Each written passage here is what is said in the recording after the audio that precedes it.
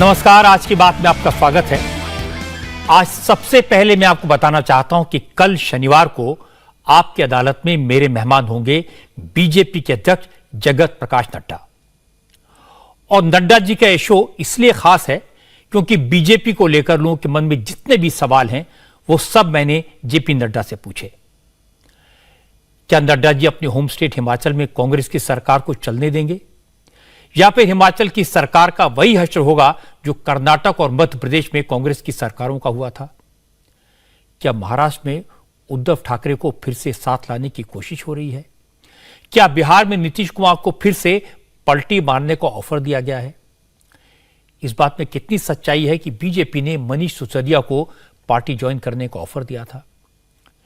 इन सारे सवालों के जवाबों से पता चलेगा कि 2024 के लिए बीजेपी की रणनीति क्या है। इसके अलावा और भी बहुत सारे इल्जाम हैं जो विरोधी दलों ने लगाए हैं।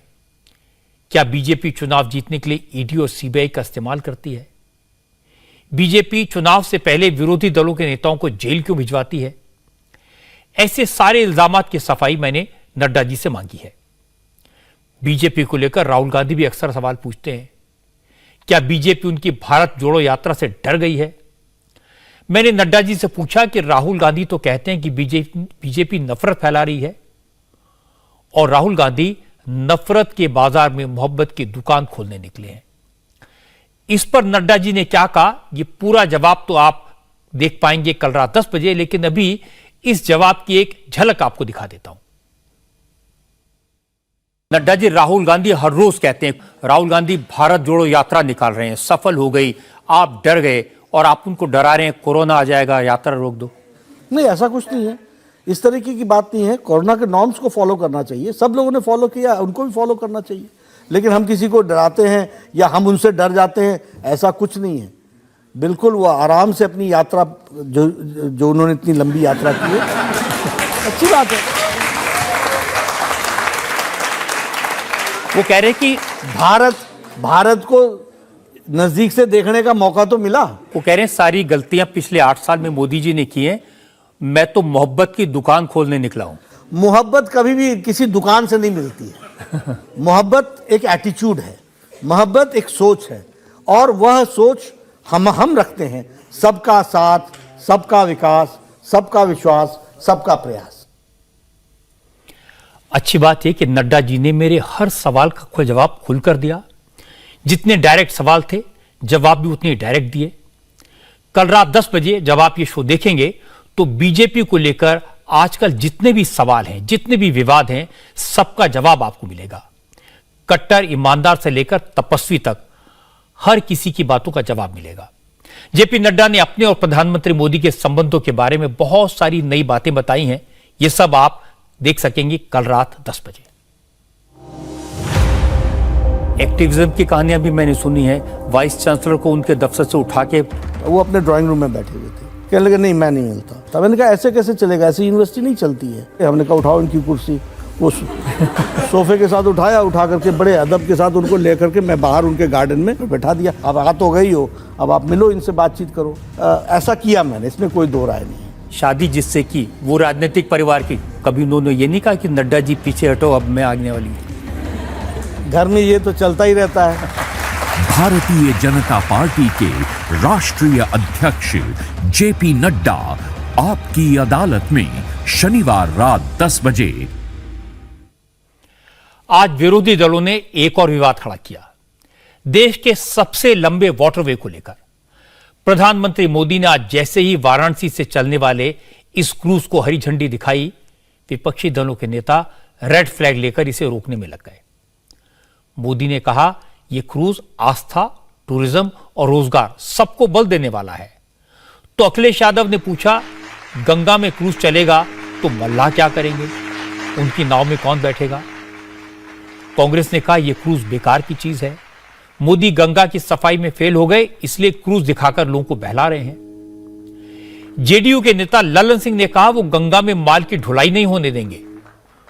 उनका कहना है यह क्रूज पैसे की बर्बादी है। इन सारे नेताओं की बात मैं आपको सुनवाऊंगा, लेकिन पहले यह दिखा देता हूं कि आज वाराणसी में क्या हुआ। आज देश का सबसे बड़ा और सबसे लग्जूरियस रिवर क्रूज गंगा में काशी से डिब्रूगढ़ के लिए निकल गया। गंगा विलास क्रूज 3200 किलोमीटर का सफर 51 दिन में पूरा करेगा। 5 राज्यों से गुजरेगा, बांग्लादेश भी जाएगा। गंगा और ब्रह्मपुत्र के अलावा 25 छोटी बड़ी नदियों से गुजरेगा। काशी, साधना से लेकर असम के काजीरंगा नेशनल पार्क जैसे 50 फेमस डेस्टिनेशन को कवर करेगा। लेकिन टूरिज्म के साथ ही यह इकोनॉमी को भी बूस्ट करेगा। मोदी ने कहा यह एक तरह का नमामि गंगे के साथ अर्थ गंगा प्रोग्राम है जिसकी शुरुआत हुई है, जिससे गंगा के आसपास बसे शहरों के विकास पर फोकस किया जा सकेगा। इससे बड़ा दुर्भाग्य क्या हो सकता है कि गंगा जी के किनारे की पूरी पट्टी की आजादी के बाद विकास में पिछड़ती ही चली गई। हमने एक तरफ नमामि गंगे के माध्यम से गंगा जी की निर्मलता के लिए काम किया, वहीं दूसरी तरफ अर्थ गंगा का भी अभियान चलाया। अर्थ गंगा यानी हमने गंगा के आसपास बसे राज्यों में आर्थिक गतिविधियों का एक नया वातावरण बनाने के लिए कदम उठाए। ये गंगा विलास क्रूज इस अर्थ गंगा में उसके एक अभियान को नई ताकत देगा। गंगा विलास क्रूज के बारे में कुछ बातें आपको बता देता हूं। इसमें एक बार में 36 टूरिस्ट सफर कर सकते हैं, 36। आज जब यह क्रूज पहले सफर पर बनारस से रवाना हुआ तो इसमें 32 सैलानी थे और ये सभी स्विट्जरलैंड से आए थे। 3 डेक के इस क्रूज में वर्ल्ड क्लास फैसिलिटीज मौजूद हैं। इसमें एक दिन का किराया करीब 25,000 से 50,000 रुपए होगा। स्विच में मौजूद फैसिलिटीज के हिसाब से एक पैसेंजर को 51 दिन के करीब 12.5 लाख रुपए से लेकर 25 लाख रुपए तक चुकाने होंगे। किराए को देखकर लगेगा इसमें कौन सफर करेगा, लेकिन मैं आपको बता दूं कि इस क्रूज में अगले 2 साल तक की बुकिंग फुल हो चुकी है।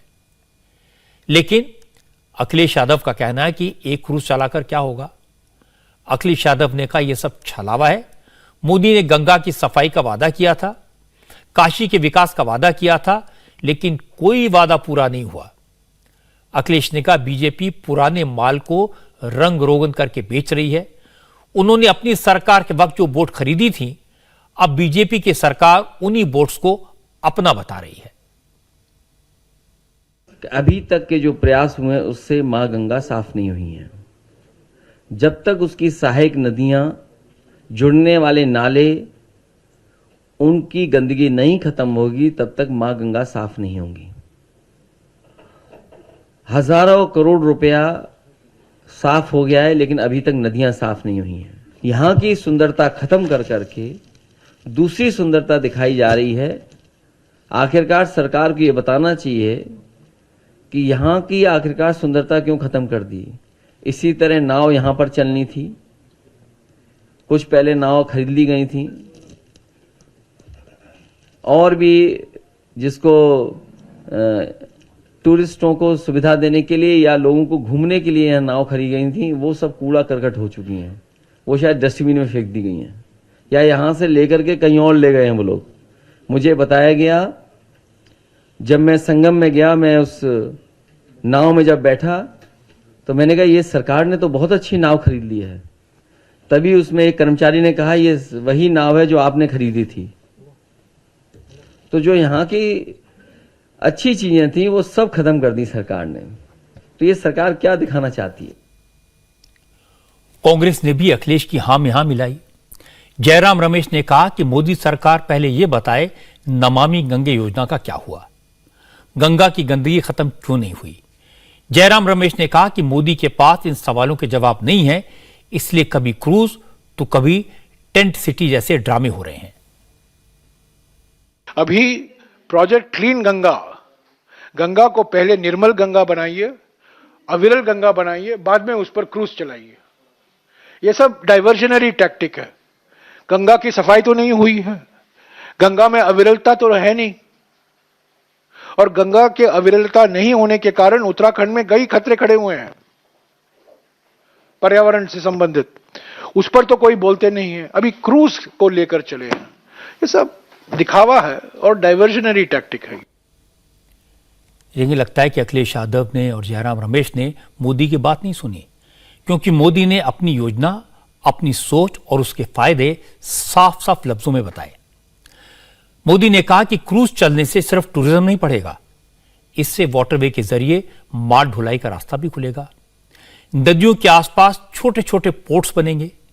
यूपी, बंगाल, बिहार, झारखंड और असम में छोटी छोटी प्लॉटिंग जेट्टी बनेगी। आज इस तरह के कई प्रोजेक्ट्स का उद्घाटन भी हुआ, जिनकी लागत करीब 1000 करोड़ रुपए है। मोदी ने कहा नदी के जरिए मध्य भारत और नॉर्थ ईस्ट के बीच आवाजाही शुरू होगी और यह कोई छोटी बात नहीं है। प्रधानमंत्री ने कहा कि गंगा के किनारे तमाम बड़े बड़े आस्था के केंद्र हैं, स्पिरिचुअल सेंटर्स हैं। यहां स्पिरिचुअल टूरिज्म का विकास होगा। जिन्हें नए नए अनएक्सप्लोर्ड इलाकों में जाने का शौक है, उनका शौक भी इस क्रूज के जरिए पूरा होगा। क्रूज यात्रा एक साथ अनेक नए अनुभव लेकर आने वाली है। ये जो लोग इसमें से अध्यात्म की खोज में हैं, उन्हें वाराणसी, काशी, बोधगया, विक्रमशिला, पटना साहिब और माजुली की यात्रा करने का सौभाग्य मिलेगा। जो मल्टीनेशनल क्रूज का अनुभव लेना चाहते हैं, उन्हें ढाका से होकर गुजरने का अवसर मिलेगा। जो भारत की नेचुरल डायवर्सिटी को देखना चाहते हैं, उन्हें ये क्रूज सुंदरवन और असम के जंगलों की सैर कराएगा। और जो लोग भारत के समृद्ध खान पान का अनुभव लेना चाहते हैं, उनके लिए भी ये बेहतरीन अवसर है।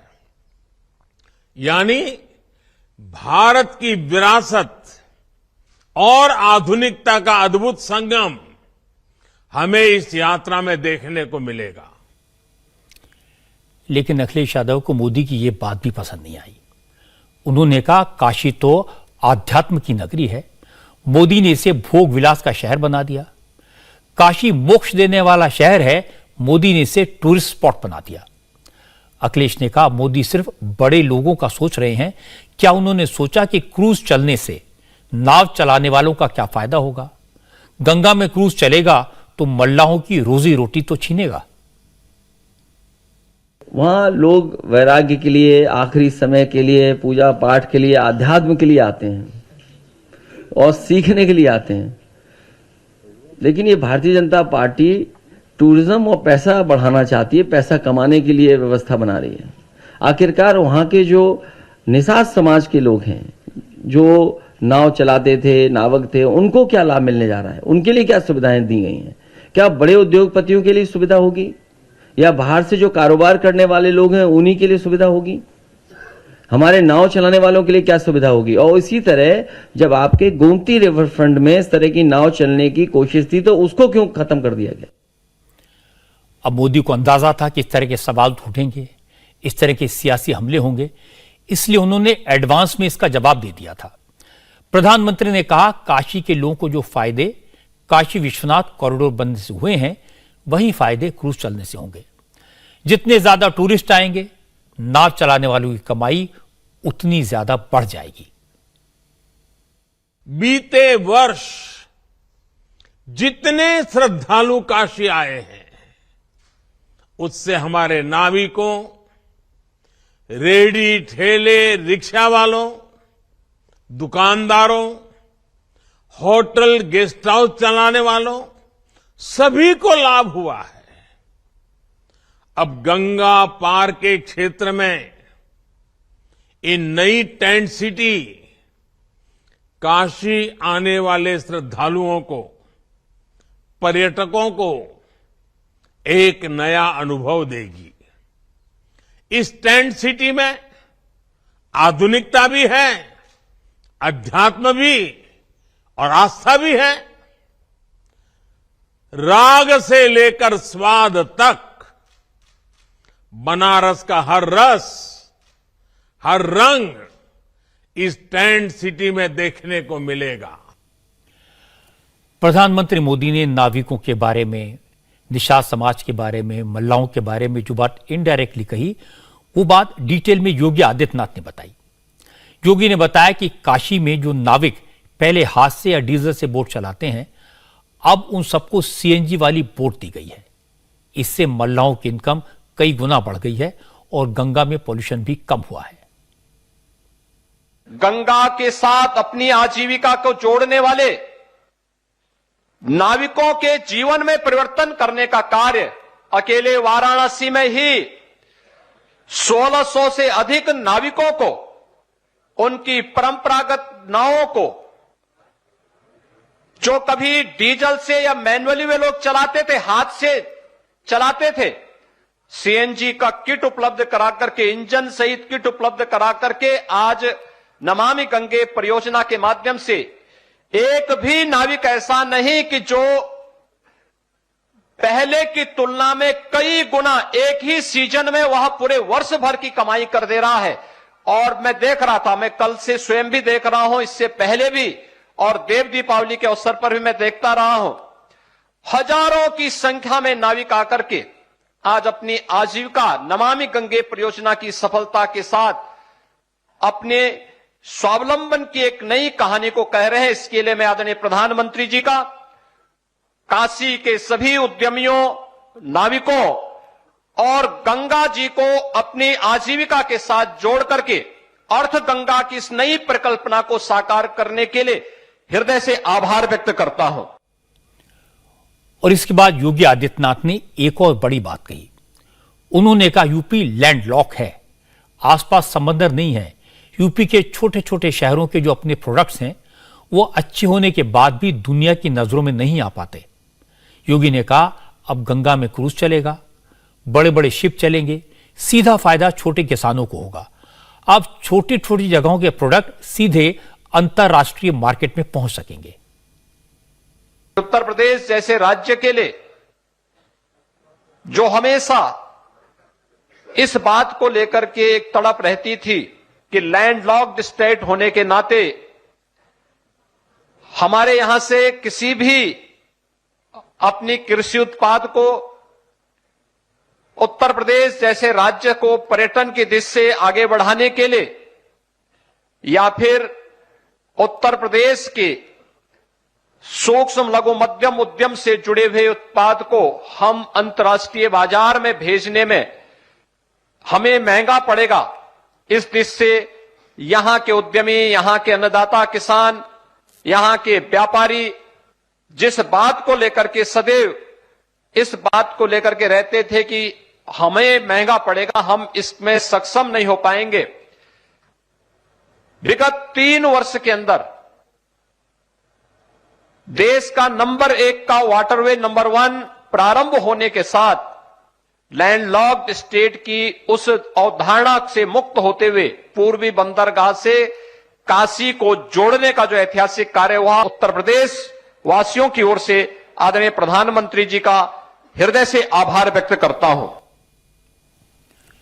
अब इसमें तो कोई शक नहीं है कि अब तक रिवर क्रूज के बारे में न तो कांग्रेस ने सोचा, न समाजवादी पार्टी ने सोचा।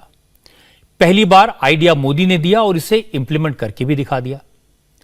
और यह सही है कि क्रूज चलने से कोई बहुत बड़ा चमत्कार नहीं हो जाएगा, लेकिन इससे नदियों से शहरों को जोड़ने की जो बात पिछले 30 साल से चल रही है उसकी शुरुआत तो होगी। और अगर टूरिस्ट की संख्या बढ़ती है तो फायदा तो पूरे शहर का होता है। अब काम चूंकि मोदी ने किया है, सिर्फ इसलिए इसका विरोध करना यह ठीक नहीं है। अखिलेश ने जो नाविकों की बात की, मल्लाहों की बात की, योगी ने जो जवाब दिया, उसके पीछे भी सियासत है, पॉलिटिक्स है। असल में गंगा के किनारे के इलाकों में मल्लाहों की संख्या काफी ज्यादा है, बड़ा वोट बैंक है, इसलिए अखिलेश ने क्रूज को मल्लाहों का रोजगार खत्म करने वाला बताया और योगी ने क्रूज को गंगा पुत्रों के लिए वरदान बताया। अब कोई अखिलेश से पूछ सकता है कि क्रूज में कुल 36 मुसाफिर सफर कर सकते हैं, साल में सिर्फ 6 टूर होंगे, यानी कुल 216 यात्री साल भर में क्रूज में सफर करेंगे, जबकि काशी में हर साल लाखों लोग पहुंचते हैं, लाखों टूरिस्ट आते हैं। अब बहुत से लोग तो क्रूज देखने के लिए आएंगे, इससे नाव चलाने वालों को नुकसान कैसे हो सकता है?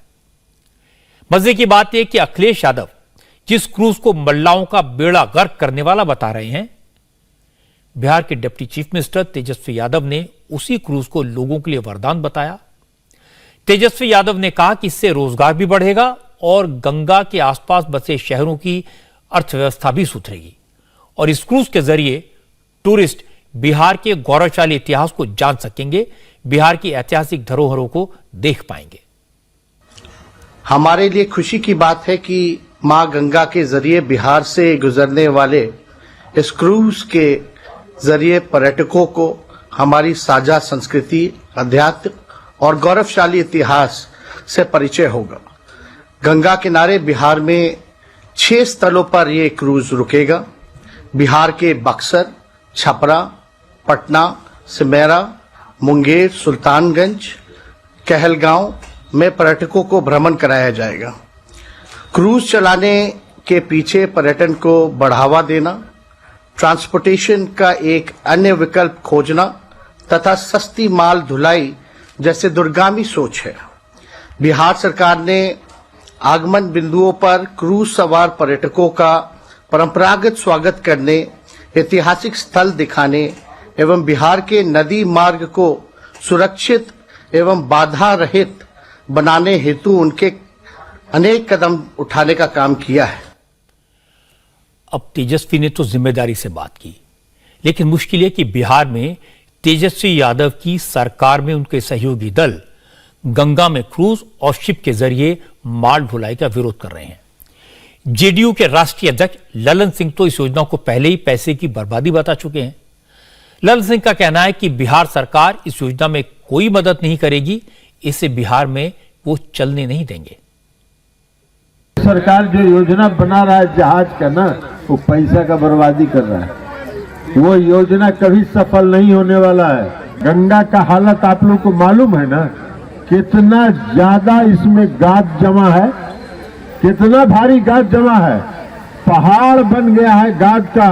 हर साल आप जहाज चलाइएगा, हर साल गंगा के खाद को जो गाद है उसको साफ करिएगा और फिर अगला साल बाढ़ में गाद जमा हो जाएगा। ये पैसा का लूटे ना है। ये सब कोई बिहार में योजना हम लोग नहीं चलने देंगे, निश्चिंत रहिए। गंगा में बरसात में जाल लगाइए, मछली मारिए और मछली बेच के मछली से अपना भरण पोषण करिए। ये सब फोकसबाजी है। अब देखिए, तेजस्वी यादव और ललन सिंह एक ही सरकार के हैं। तेजस्वी यादव क्रूज के उद्घाटन के मौके पर डिप्टी चीफ मिनिस्टर के तौर पर बोले, पद की गरिमा के हिसाब से बात की, लेकिन ललन सिंह जेडीयू अध्यक्ष के तौर पर बोल रहे थे। वो तो नरेंद्र मोदी के घोर विरोधी हैं, नीतीश कुमार को प्रधानमंत्री पद का दावेदार बनाने के लिए मेहनत कर रहे हैं। वो मोदी की किसी योजना को सपोर्ट कैसे कर सकते हैं? तो मुझे लगता है बात जब विकास की हो, राज्य के, देश के डेवलपमेंट की हो, तो सियासत से ऊपर उठकर सोचना ही चाहिए। तेजस्वी की मुश्किल यह है कि जब वो अपनी पार्टी के नेताओं को बयानबाजी करने से नहीं रोक पा रहे, तो फिर ललन सिंह को कैसे रोकेंगे? तेजस्वी की पार्टी के नेता अब इस बात पर लड़ रहे हैं कि रामचरितमानस नफरत फैलाने वाला ग्रंथ है या नहीं। आरजेडी के नेता और बिहार के शिक्षा मंत्री चंद्रशेखर यादव ने रामचरितमानस को नफरत फैलाने वाली किताब बताया था। इस पर पाबंदी लगाने की बात की थी। आज बिहार में आरजेडी के अध्यक्ष जगदानंद सिंह ने चंद्रशेखर यादव को सपोर्ट कर दिया, लेकिन आरजेडी के उपाध्यक्ष शिवानंद तिवारी चंद्रशेखर यादव के खिलाफ हो गए और इसको लेकर पार्टी में झगड़ा शुरू हो गया। अब मांग यह हो रही कि आरजेडी के बड़े नेताओं की मीटिंग बुलाई जाए, उसके बाद पार्टी की लाइन तय हो कि रामचरितमानस क्या वाकई में नफरत फैलाने वाला ग्रंथ है या नहीं। आज के जमाने में राजनीति किस लेवल पर पहुंच गई है? भारत में, हिंदुस्तान में, आस्था और विश्वास के देश में आज राजनीतिक पार्टियों में बहस यह हो रही है कि रामचरितमानस नफरत फैलाता है या नहीं। यह बात शर्मनाक है। बेहतर तो यह होता कि तेजस्वी यादव इस तरह का बयान देने वाले नेता को पार्टी से और सरकार से बाहर करते। लेकिन तेजस्वी भी क्या करें, राजनीति करनी है और उनकी राजनीति जाति की राजनीति है, इसलिए वो खामोशी से तमाशा देख रहे हैं, इस झगड़े में पड़ना नहीं चाहते। हालांकि इस तरह के बयानों से राम भक्तों पर, हिंदुओं की प्रभु राम और रामचरितमानस की आस्था पर कोई फर्क नहीं पड़ता। राम भक्तों को तो इंतजार है अयोध्या में भव्य राम मंदिर का निर्माण पूरा होने का। और आज योगी आदित्यनाथ ने ऐलान कर दिया, इस साल के आखिर तक राम मंदिर में रामलला की मूर्ति की प्राण प्रतिष्ठा हो जाएगी। अगली मकर संक्रांति पर राम भक्त अयोध्या में भव्य मंदिर के गर्भगृह में विराजित रामलला के दर्शन कर पाएंगे। वैश्विक मंच पर भारत की नई प्रतिष्ठा बढ़ी है। एक और आंतरिक मोर्चे पर विरासत का सम्मान के बाद श्रृंगवेरपुर में निषाद राज और भगवान राम की मैत्री की भव्य प्रतिमा स्थापित हो रही है। काशी में बाबा विश्वनाथ का धाम पूरे वैभव के साथ देश और दुनिया को आकर्षित कर रहा है, तो अयोध्या में भगवान राम के भव्य मंदिर के निर्माण का कार्य भी आज अंतिम चरणों में चल रहा है। 2023 के दिसंबर मास में अयोध्या में भगवान राम का भव्य मंदिर का निर्माण कार्य संपन्न हो चुका होगा। भाइयों बहनों, यह भारत का राष्ट्र मंदिर है जिसमें समाज के हर एक तबके को भरपूर सम्मान मिलेगा। आज हमारी संवाददाता रुचि कुमार भी अयोध्या में थी। रुचि ने बताया कि अयोध्या में भव्य राम मंदिर का निर्माण तय टाइमलाइन के हिसाब से चल रहा है। राम जन्मभूमि तीर्थ क्षेत्र ट्रस्ट के महासचिव चंपत राय ने उन्हें बताया कि प्लिंथ का काम पूरा हो गया है। फिलहाल गर्भगृह का निर्माण चल रहा है। अगले साल 14 जनवरी तक भगवान राम अपने मंदिर में विराजमान हो जाएंगे। चंपत राय ने बताया कि मंदिर में स्थापित रामलला की मूर्ति बाल रूप में होगी। 5.5 फीट की रामलला की मूर्ति को गर्भगृह में इस तरह स्थापित किया जाएगा जिससे हर साल रामनवमी के दिन सूर्य की किरण रामलला के मस्तक पर पड़े। राम मंदिर के प्रोजेक्ट मैनेजर जगदीश आफले ने बताया कि मंदिर निर्माण के साथ साथ तीर्थ यात्रियों के लिए फैसिलिटेशन सेंटर, बिजली के सबस्टेशन और दूसरे हिस्सों के काम भी साथ साथ चल रहे हैं जिससे राम मंदिर एक साथ संपूर्ण आकार ले। मंदिर निर्माण का काम बहुत जोरों पे है, 24 घंटा काम चालू है। 1 जून से एक्चुअल मंदिर का जो काम है वो जो शुरू हुआ है, उसके पहले आपने प्लिंथ देखी थी, उसके बाद में एक्चुअल मंदिर का काम शुरू हुआ है, तो उसके इनर परिक्रमा और आउटर परिक्रमा यहाँ तक पहुँच गए। अभी इसके बाहर का जो परिक्रमा मार्ग है जिसको रिटेंशन वॉल के अंदर परकोटा करना है, ये परकोटे का काम साइमल्टेनियसली चालू है। और ये सभी काम एक साथ जब होगा तो अगले जनवरी तक हम ऐसी स्थिति में पहुंचेंगे कि कम से कम लोगों को आके राम जी का दर्शन यहाँ लेना संभव होगा।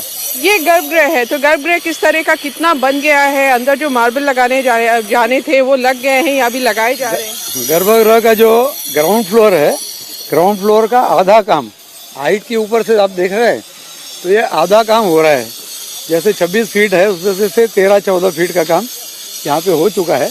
और यहाँ पे एक एक पत्थर और ये कॉलम चढ़ा के हो सकता है कि अगले महीने की आखिर में मार्च तक हम ग्राउंड फ्लोर का स्लैब करने का काम शुरू करेंगे। भगवान राम का मंदिर पूरी दुनिया के हिंदुओं के लिए आस्था का प्रतीक है। मैं ऐसे बहुत सारे लोगों को जानता हूं जो राम मंदिर के निर्माण पूरा होने का इंतजार कर रहे हैं, जो भव्य मंदिर में रामलला के दर्शन करना चाहते हैं, अभी से अपनी तारीख तय कर रहे हैं।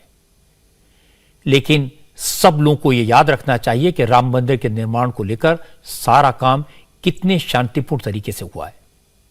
न तो हिंदू समाज के लोगों ने अति उत्साह दिखाया और न ही मुस्लिम समाज के लोगों ने इसको लेकर कोई विवाद खड़ा किया। ऐसी समझदारी हिंदू और मुसलमानों से जुड़े हर मामले में दिखाई जानी चाहिए, लेकिन ऐसा होता नहीं है।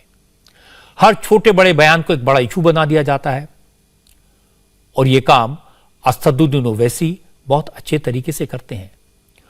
ओवैसी अब कह रहे हैं कि आरएसएस के लोग मुसलमानों को सीख दे रहे हैं, तहजीब सिखा रहे हैं, अयोध्या में राम मंदिर की बात कर रहे हैं, लेकिन बीजेपी का कोई नेता 1200 करोड़ की लागत से तेलंगाना में बने भव्य मंदिर की बात नहीं करता। जबकि हकीकत यह है कि तेलंगाना में चंद्रशेखर राव ने भव्य मंदिर बनवाया है और इसमें पत्थर का कंगूरा मुसलमानों ने बनाया है। ओवैसी का कहना है कि यह हिंदुस्तानी तहजीब है, यह हिंदुस्तान की खूबसूरती है। ओवैसी ने कहा कि आरएसएस इसकी बात नहीं करेगा क्योंकि आरएसएस के नेताओं को ओवैसी को गाली देनी पड़ती है, उससे उनका सियासी फायदा होता है। बीजेपी का जो भी नेता आता ये नहीं तुष्टीकरण की राजनीति करती है मजलिस।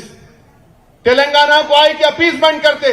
अरे तेलंगाना के चीफ मिनिस्टर यादाद्री में 1200 करोड़ की मंदिर बनाया, 1200 करोड़ की आलीशान मंदिर बनाया। तुम उस पर क्या बोलेंगे? बोलो, नहीं बोलेंगे उस पर। अच्छा, वो यादाद्री के मंदिर में उसमें शैंडलियर कौन लगा है मालूम आपको? अब बीजेपी को मालूम होगा तो ने जाके देख के बोलेंगे शैंडलियर। एक मुसलमान वो शैंडलियर दिया लगाओ बोल के मंदिर में। ये भारत है।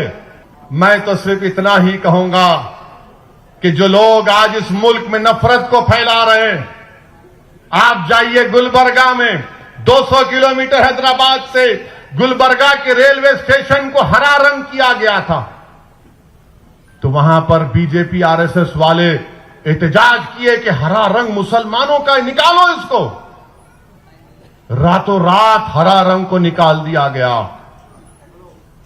ये बीजेपी आरएसएस की नफरत की निशानी है कि हरा रंग नहीं होना चाहिए, मुसलमानों का है। अरे मोहन भगवत, हम तो हर रंग में रंग जाने वाले हैं, रंग से हमको क्या निस्बत। ओवैसी जिस 1200 करोड़ के मंदिर की बात कर रहे हैं उसके बारे में थोड़ी जानकारी आपको दे देता हूं। इस मंदिर का नाम है यदाद्री टेम्पल। हैदराबाद से 60 किलोमीटर दूर भुवनगिरी की पहाड़ी पर यह टेम्पल बना है। लक्ष्मी नरसिंह का यह हजारों साल पुराना मंदिर पहले 9 एकड़ में था, लेकिन अब इसका एरिया 1900 एकड़ में फैला है। चंद्रशेखर राव ने ब्लैक ग्रेनाइट से बने इस मंदिर का रेनोवेशन करवाया था। यह 1200 करोड़ की लागत से बना है, यह बात ठीक है। मंदिर के गर्भगृह के गुंबद में 125 किलो सोना लगा हुआ है। इसी मंदिर का जिक्र ओवैसी कर रहे थे। यदाद्री टेम्पल के बाद ओवैसी मोहन भागवत पर आए। संघ प्रमुख मोहन भागवत ने कल कहा था कि देश में मुसलमानों को डरने की जरूरत नहीं है, लेकिन सुप्रीमेसी वाली सोच छोड़नी पड़ेगी। मोहन भागवत ने कहा था कि चाहे हिंदू हो, मुसलमान हो, कोई भी हो, सबको खुद को एक दूसरे से बेहतर मानने वाली सोच से तौबा करनी होगी। मोहन भागवत के इस बयान को ओवैसी ने मुसलमानों के खिलाफ आईएसएस का फतवा करार दिया। हैदराबाद में ओवैसी करीब 1.5 घंटे तक बोले, और आप जानते हैं कि बोलते बहुत अच्छा है, तो करीब 45 मिनट तक मोहन भागवत उनके निशाने पर थे। ओवैसी ने कहा, अब मोहन भागवत देश के मुसलमानों को क्या तहजीब सिखाएंगे? क्या मुसलमानों को भागवत से सीखना पड़ेगा कि इस्लाम को कैसे फॉलो करना है? ओवैसी ने कहा, भागवत कह रहे हैं कि हिंदू 1000 साल से जंग लड़ रहा है, लेकिन अगर यही बात किसी मुसलमान ने कही होती तो उसे अब तक जिहादी घोषित कर दिया जाता। मैं इन लोगों से सिर्फ यही कहूंगा, आरएसएस के लोगों से, हमारे मुंह को मत लगो। आप अगर मुसलमानों के बारे में कहेंगे, गलत बात कहेंगे, यानी मैं मोहन भागवत से सीखूं कि कैसे इस्लाम पर चलूं? मुझे मोहन भागवत आरएसएस वाले बताएंगे कि दीन में क्या होगा, क्या नहीं होगा? क्या आरएसएस मुसलमानों को बताएगी कि कुरान कहां से पढ़ूं, कहां से ना पढ़ूं? क्या आरएसएस मुझे बताएगी कि क्या बोलूं, ना बोलूं? तो फिर मेरे आलिम दीन क्या करेंगे? हम जानते हैं आप क्या करना चाहते हैं। हम दीन को नहीं छोड़ने वाले हैं, दीन से जुड़े रहेंगे और भारत की हिफाजत करते थे और करते रहेंगे इंशाअल्लाह ताला। मोहन भागवत बोले, क्या बोले? 1000 साल की जंग हिंदू भाई लड़ रहे हैं। अगर मैं ये कह देता कि हम भी इतने सालों से जंग लड़ रहे, जिहादी है, ये जिहादी है, इस्लामिस्ट है, इन्हें जिहाद कर रहा, इन्हें फुला का हो गया, उन्हें उसका हो गया। जब उन्होंने बोले तो मुंह में लड्डू आ गए। ये जमहूरी मुल्क में अगर कोई जंग करेगा तो जमहूरियत क्या करेगी बताओ फिर? मगर कोई नहीं पूछेगा, क्योंकि मोहन भगवत उनके पप्पा हैं क्या? 1000 years वॉर का जिक्र मोहन भगवत ने किया। अरे 8 साल से तो मोदी आपके प्रधानमंत्री हैं, देश के तो है, मगर आपके आरएसएस के स्वयंसेवक थे ना वो। फिर आप कौन सी जंग कर रहे हैं? किससे जंग कर रहे हैं आप? कौन सी जंग लड़े आप बताओ? अरे अंग्रेजों की 200 साल की लड़ाई में तो आप कहीं नजर नहीं आए। इंटरेस्टिंग बात यह कि ओवैसी ने 45 मिनट तक मोहन भागवत, बीजेपी और आरएसएस को जमकर कोसा। इसके बाद 10 मिनट उन्होंने राहुल गांधी पर लगाए। ओवैसी ने राहुल गांधी का मजाक उड़ाया। ओवैसी ने कहा कि राहुल 50 साल के हो गए हैं और अब कह रहे हैं कि उन्हें सर्दी से डर नहीं लगता। लेकिन राहुल बीजेपी से डर गए हैं, राहुल बीजेपी के ट्रैप में फंस गए हैं, अब वो भी मंदिर मंदिर घूम रहे हैं। ओवैसी ने कहा कि बीजेपी और आरएसएस को मुसलमानों से नफरत है और कांग्रेस मुसलमानों को सिर्फ और सिर्फ वोट बैंक समझती है। सबके निशाने पर मैं ही हूं, चाहे बीजेपी हो या कांग्रेस हो, एक ही लगता है इनको। कांग्रेस बोलती नहीं इन्हें सेकुलर नहीं है, बीजेपी बोलती इन्हें मुल्क के वफादार नहीं है। आप क्या दुकाना खोल के बैठे हुए हैं चाचा जी? हैं? आपकी दुकान के पास मैं कभी नहीं गया, ना जाऊंगा इंशाअल्लाह ताला। अब ये कांग्रेस के 50 साल के हो गए, अब बोले मेरे को सर्दी से डर नहीं लगता। 50 साल में कोई बोलता मैं सर्दी को मार दिया? हाँ, बेचारा जो गरीब रोड पे सोता है वो क्या बोलेगा? क्या है इन्हें, है वो क्या गया इसको, मैंने सर्दी को मार दिया।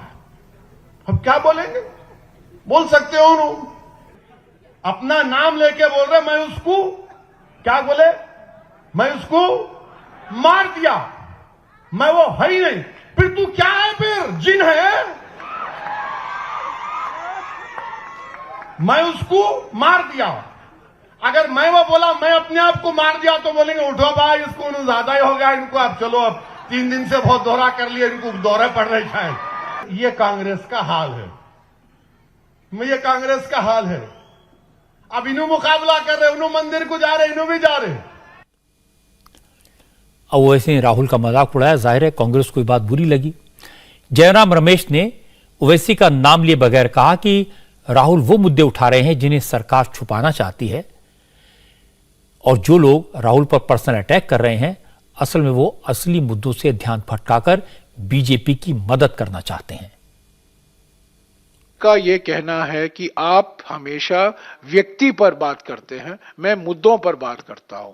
व्यक्ति छोड़िए, व्यक्ति नहीं है, व्यक्ति नहीं है, मुद्दे हैं। हकीकत आर्थिक विषमता है, हकीकत सामाजिक ध्रुवीकरण है, हकीकत राजनीतिक तानाशाही है, हकीकत राहुल गांधी जी नहीं है। ये मुद्दे हैं, वो मुद्दे उठा रहे हैं, पर बार बार सिर्फ राहुल गांधी, असली राहुल गांधी, नकली राहुल गांधी, यही बात चलती रहती है मीडिया में। उनका कहने का ये मकसद है कि भारत जोड़ो यात्रा की गंभीरता को देखते हुए मुद्दे पर बात कीजिए, व्यक्तियों पर हमेशा आप बात करते रहते हैं, इससे हटने की जरूरत है। ओवैसी की सियासत बिल्कुल साफ है। वो खुद को मुसलमानों का सबसे बड़ा नेता मानते हैं और इसी तौर पर स्थापित करना चाहते हैं। इसलिए आरएसएस कुछ कहे, बीजेपी कुछ कहे, वो उसकी मजम्मत करते रहेंगे, वो उसे एंटी मुस्लिम कलर देते रहेंगे। जहां तक कांग्रेस और ओवैसी के इक्वेशन का सवाल है तो दोनों एक दूसरे को बीजेपी की बी टीम इसलिए बताते हैं क्योंकि दोनों को मुसलमानों का साथ चाहिए, वोट चाहिए। कांग्रेस तो ओवैसी के बयानों से इतनी परेशान है कि वो ओवैसी को एंटी मोदी मोर्चे का हिस्सा ही नहीं मानती। राहुल गांधी की यात्रा के समापन के मौके पर विरोधी दलों के जिन 23 नेताओं को न्योता भेजा गया है, जिन 23 पार्टियों को बुलाया गया है, उनमें ओवैसी और उनकी पार्टी का नाम नहीं है। अब एक बुरी खबर आपको बता दूं, ये बुरी खबर जोशी मठ को लेकर है। Indian Space Research Organisation ISRO का दावा है कि खतरा जोशीमठ के एक हिस्से पर नहीं, पूरे के पूरे जोशीमठ पर है। पूरा जोशीमठ धंस रहा है। इसरो का कहना है कि पिछले 12 दिनों में पूरा जोशीमठ 5.4 सेंटीमीटर तक धंस चुका है। इसरो ने रिमोट सेंसिंग सैटेलाइट की मदद से पूरे इलाके को सर्वे किया, लेटेस्ट पिक्चर्स को लेकर पिछले साल से कंपेयर किया। पता चला कि पिछले साल अप्रैल से नवंबर के बीच जोशीमठ के नीचे की जमीन करीब 9 सेंटीमीटर धंस गई थी। जोशीमठ के मकानों, सड़कों पर और खेतों में जो दरारें आ रही थी, ये उसी वक्त से आने लगी थी। लेकिन पिछले 12 दिन में जमीन दरकने की स्पीड बढ़ गई है, क्योंकि 27 दिसंबर से 8 जनवरी के दौरान सिर्फ 12 दिन में जोशीमठ करीब 5.5 सेंटीमीटर से ज्यादा धंस गया है। इसरो की रिपोर्ट के मुताबिक धंसने का सेंटर पॉइंट जोशीमठ टाउन और ओली को जोड़ने वाली सड़क है। लेकिन खतरा पूरे जोशीमठ पर है। अब केंद्र सरकार के निर्देश पर CSIR और नेशनल जियोफिजिकल रिसर्च इंस्टीट्यूट मिलकर चमोली जिले और खासतौर पर जोशीमठ में जियोलॉजिकल सर्वे शुरू किया है। वैज्ञानिकों का कहना है कि जोशीमठ पहाड़ की जिस जमीन पर बना है वो असल में सॉलिड रॉक नहीं है। भूकंपों और बड़े लैंडस्लाइड से खिसकी मिट्टी से बने ये पहाड़ हैं, इसलिए यहां जमीन खिसकना कोई बड़ी बात नहीं है। क्योंकि इस इलाके में लोगों की आवाजाही बहुत बढ़ गई है, प्रेशर बढ़ गया है, सड़कें और टनल बनाने के प्रोजेक्ट चल रहे हैं, इससे जमीन खिसकने में तेजी आई। जोशीमठ में जो जमीन धंसने के कई कारण हैं। सबसे पहला यह है कि जोशीमठ जो है बहुत ही नाजुक धरती पर बसा है। उसका कारण यह है कि पिछले कई सालों से जो वहाँ पर लैंडस्लाइड्स हो रही थी, तो उसका जो लूज सॉइल जो कहते हैं वो सारा वहाँ जमा हुआ है और मतलब फाउंडेशन बहुत कमज़ोर है, तो उस पर जो है शहर को बसाया गया है। ये सबसे पहला कारण है। उसके बाद ये है कि जो हिमालय का प्रांत है वो एक सेस्मिक जोन है और हमारे सेस्मिक जोनेशन मैप में वो सबसे हाई लेवल पर है, जोन 5। तो इसका मतलब ये है कि यहाँ बड़े से बड़े भूकंप होने की संभावना है और हुए भी हैं। बहुत सारे भूकंप तो होते रहते हैं। तो जब ज़मीन कमज़ोर है और बार बार भूकंप होते हैं वहाँ, तो इससे जो है जो जोशीमठ है उसकी परिस्थिति और भी नाजुक हो जाती है। इसके अलावा अब कारण एक और ये है कि वहाँ बहुत सारे टूरिस्ट वगैरह आते हैं, पिलग्रिम्स आते हैं, क्योंकि वहाँ तो बद्रीनाथ टेम्पल भी है। उसके अलावा कई सारे रिसोर्ट्स और स्कीइंग रिसोर्ट्स वगैरह हैं। तो हर दिन जो हैं हज़ारों में लोग वहाँ पर जाते हैं और इन लोगों की वजह से वहाँ पे बहुत सारे होटल और बिल्डिंग वगैरह बनाए जा रहे हैं और रोड को जो वाइडनिंग कर रहे हैं। तो इस तरह से जो कंस्ट्रक्शन का काम चल रहा है बहुत तेज़ी से बढ़ता जा रहा है। इससे क्या होता है कि जो ऑलरेडी कमज़ोर ज़मीन है वहाँ पर, तो उस पर और भी जो है लोड पड़ता है। लेकिन सरकारी अफसर बिल्कुल अलग तरह की बात कर रहे हैं। प्रशासन का दावा है कि हालात धीरे धीरे ठीक हो रहे हैं, जमीन के नीचे जो हलचल है वो कम हो गई है और इसके सबूत के तौर पर अफसर वो झरना दिखाते हैं जो जोशीमठ में अचानक फूटा था। इस झरने से निकलने वाले पानी की स्पीड अब बहुत कम हो गई है, ये दावा है। अफसरों का कहना है कि यहां से पानी का रिसाव अब बहुत कम हो गया है। लेकिन इस इलाके में रहने वाले लोगों को अफसरों की बात पर जरा भी यकीन नहीं है। जोशीमठ और आसपास के इलाकों में जमीन के धंसने का सिलसिला जारी है।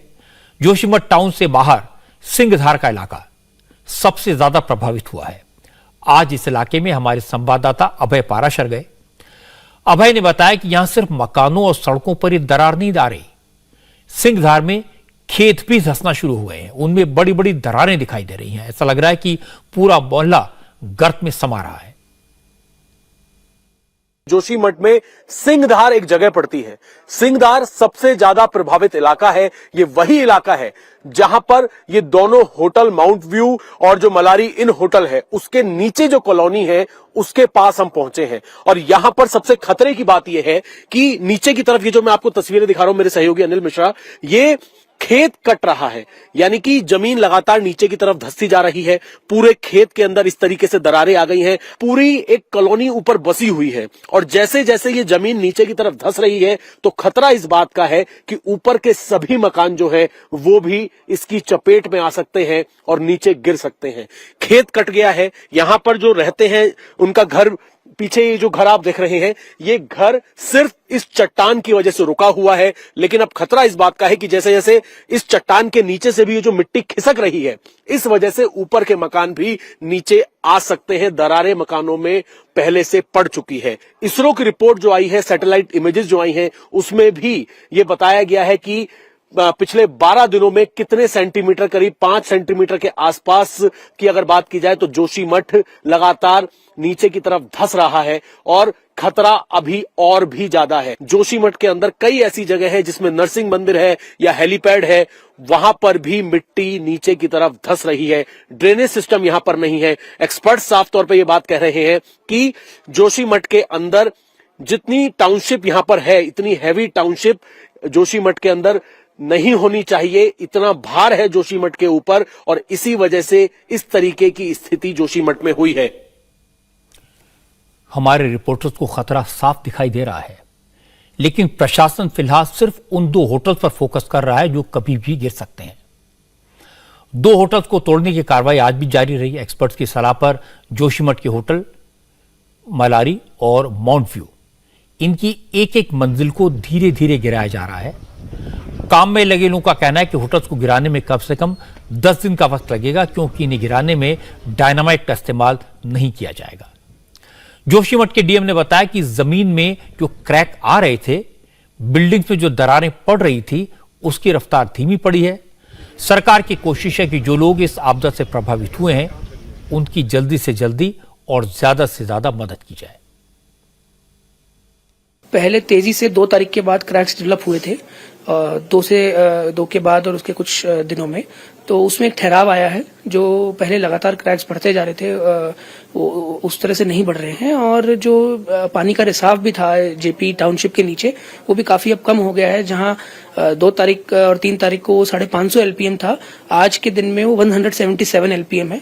तो हमारी यही होप है कि ये जो ठहराव की स्थिति आई है, ये स्थायी हो और जोशीमठ शहर के वासियों को इस समस्या से राहत मिल। अभी तक देखिए 185 फैमिलीज हैं जो प्रभावित हैं, जिनको अस्थायी रूप से जो रिलेटिवली सेफर एरियाज हैं वहां पर रिलीफ कैंप्स जो स्थापित किए गए हैं वहां पर शिफ्ट किया गया है।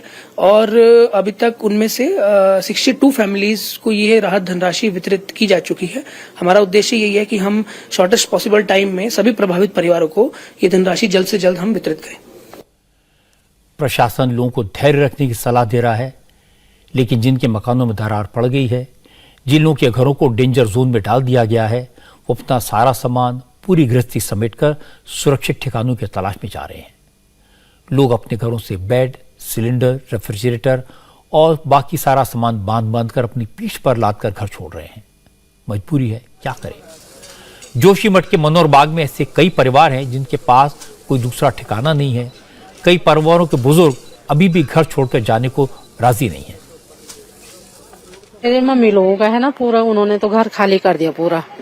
वो तो चले गए शिविर में ना, वहीं जा रहे हैं हम उनका सामान थोड़ा देखने के लिए, सामान लेने के लिए। हाँ, सामान लेने के लिए। कितना नुकसान हुआ है यहाँ? बहुत नुकसान हुआ, पूरा मकान ध्वस्त हो गया, सामान तो पूरा वो निकाल दिया बाहर। चिंता होती है कि मम्मी का घर पूरा टूट गया है, उन्हें देखने जा रहे हैं। छोटे से बनाया उन्होंने, हमको हमारी शादी कराई, पढ़ाया लिखाया, फिर मकान बनाया भाइयों ने, फिर ऐसा हो गया हो। हाँ, सो तो अब आधे ही रहेंगे। जब भी हम मार्केट जाते तो वहाँ पे जरूर बैठते चाय पीने। अब तो उजड़ गए, अब कहाँ से, सब इधर उधर हो गए भाई लोग। मम्मी बहुत बूढ़ी है, बीमार है, पूरा डेंजर हो गया है। बीच में एक आध मकाने बची है, वहाँ भी डेंजर ही है, पूरा खिसक रहा है। ये पावर प्रोजेक्ट की वजह से टनल ब्लास्ट कर रहे हैं, पूरा जोशीमठ को खतरा है। आने वाले भविष्य में जोशीमठ सुरक्षित है ही नहीं, इसलिए जो है कि यहाँ से शिफ्ट करना ही पड़ेगा, कहीं न कहीं जाना पड़ेगा। आप क्या काम करते हैं? मैं इधर ही पावर प्रोजेक्ट में काम करता है, और जो है कि पूरा बंद हो चुका है, तो यहाँ रह करके फायदा क्या। कहीं बच्चों को दूसरी जगह पढ़ना है, पूरा स्कूल खत्म, जो है कि पढ़ाई लिखाई पूरा चौपट है। अगले महीने पेपर है, पेपर में तो अब बच्चे क्या होंगे, अब देखेंगे क्या होता है, ऑनलाइन चलता है क्या चलता।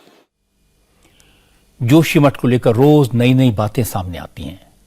कल सरकार ने कहा था कि शहर का सिर्फ 25% इलाका खतरे की जद में है, लेकिन आज इसरो के वैज्ञानिकों ने दावा किया कि पूरा जोशीमठ खतरे की जद में है।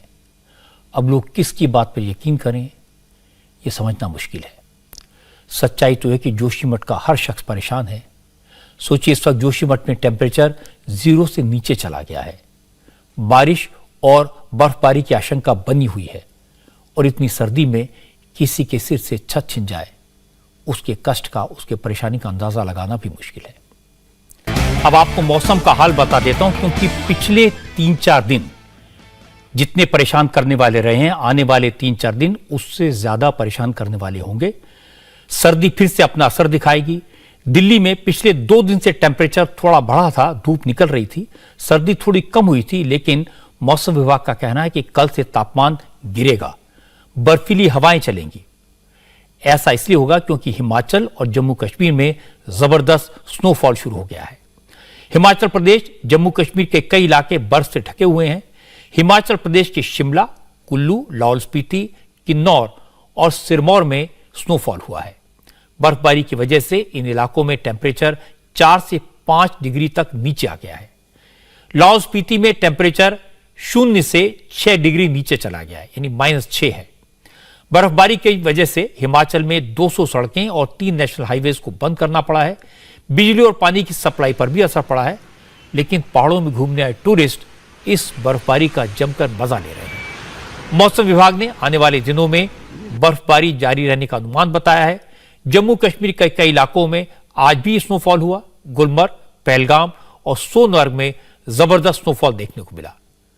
बर्फबारी की वजह से कश्मीर में आने जाने के रास्ते बंद हो चुके हैं। जम्मू कश्मीर नेशनल हाईवे को भी बंद करना पड़ा है। लो विजिबिलिटी की वजह से एयरपोर्ट पर फ्लाइट्स लैंड नहीं कर पा रही। जम्मू कश्मीर के ऊपरी इलाकों के लिए डिजास्टर मैनेजमेंट अथॉरिटी ने चेतावनी जारी की है। यह चेतावनी 10 जिलों में बर्फीले तूफान को लेकर है। इंडिया टीवी हर वक्त हर जगह डाउनलोड करने के लिए सर्च करें India TV news Google play store या ऐप स्टोर पर।